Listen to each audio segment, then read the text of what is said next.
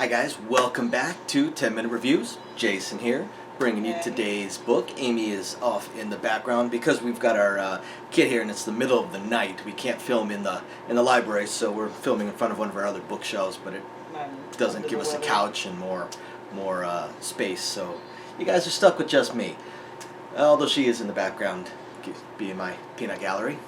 So for today, I want to talk about an author that I read a long time ago. I've only found 3 of his books. I don't know if he continued writing or not, but these books I thought were absolutely fantastic. These are more in the action thriller type genre. So I want to talk about Clay Harvey, and I'll probably talk about all 3 books, but I want to talk about Dwelling in the Gray, which was the very first book. So Clay Harvey's Dwelling in the Gray, and of course I'll have my usual pop-up of the book itself. And I'm going to talk about 4 things. I'm going to talk about the world, the characters, the plot, and the writing. So the world is very, very, very simple.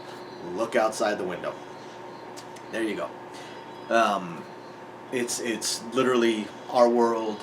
There's, unlike a lot of the books that we talk about, there's no other elements. There's no supernatural elements. There's no superheroes. There's no fantasy. There's no urban fantasy. There's no Dwelling in the Gray doesn't have any druids popping out or talking dogs. It's modern times because again this is not one of our usual genres. This is just a regular action thriller type book. So this one kind of does go back a little bit though in that it mostly focuses on the characters' earlier years. So we're going back into many decades ago, which I'll get into in the plot. But it's basically the world itself. It's our world. Now the characters. There's one main character, and then a secondary character. The main character is Tyler Vance. I believe his last name is Vance, but anyway, it's Tyler, and it starts out with him as a child. He's a little bit of a troubled child, a little bit of a troublemaker. Gets taught to box by an uncle to deal with a bully, and he's a precocious child. One thing about this author and how he writes, pretty much everyone talks like an adult and everyone talks like a smartass as well. Which in my world everybody is a smartass, so it kind of works out.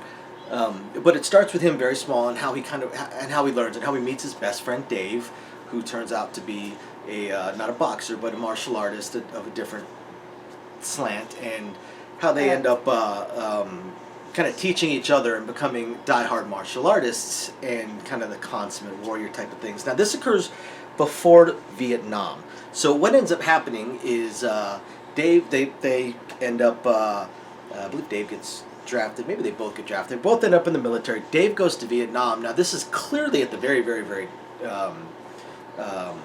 earlier times of Vietnam, because there's a second issue going on. Not exactly a war, pretty much over there, but Tyler actually gets sent to Korea. Tyler gets pulled into a black ops type of setting. So they're both uber martial artists. They're both uber gunfighters.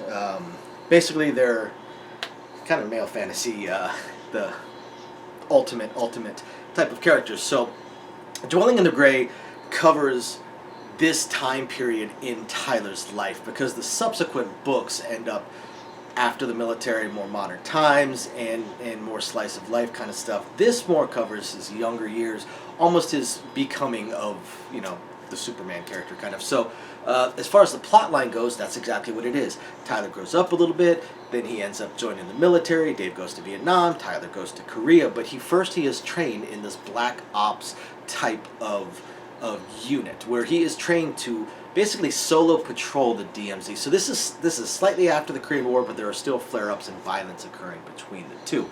So he is basically a trained attack dog. He is basically an assassin, almost, just a trained uber killer, basically. And that's kind of how the book goes for a little while. He makes some friends here and there, makes a friend with a Korean soldier. We still have them in modern times. They're called Katusas, Korean augmentee to the United States Army. I worked with quite a few when I was stationed in Korea myself.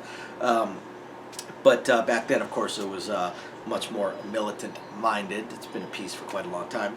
So he makes some friends there, makes some enemies with the current, with kind of gets crossways. The colonel he reports to makes some enemies with some North Korean soldiers, especially when his Korean friend gets injured. Ends up in an epic martial arts battle there, because naturally we have to have a martial arts battle in the book. Dave ends up captured. Tyler goes and rescues him in Vietnam.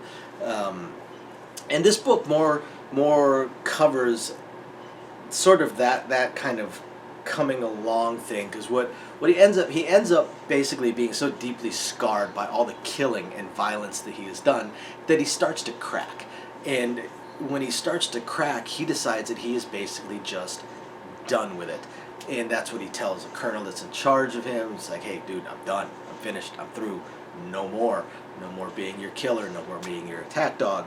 And the colonel, of course, has a little bit of a problem with it, but Tyler's made a few friends. He's made a few friends, including a chaplain that, and of course, anybody that's been in the military knows chaplains are officers. So he made friends with a chaplain that turns out to know quite a few people in various areas in the military. His father ends up writing to a congressman that gets involved, and probably the biggest effect, anybody that's actually been in the military before will understand this, but the biggest effect is Tyler's former first sergeant turned sergeant major that, like many sergeant majors, seems to know every single general, admiral, and general officer in the entire Western Hemisphere, which is about right. If you've spent any time in the military, you know the last person you want to mess with is an E9, Sergeant Major or Command Master Chief.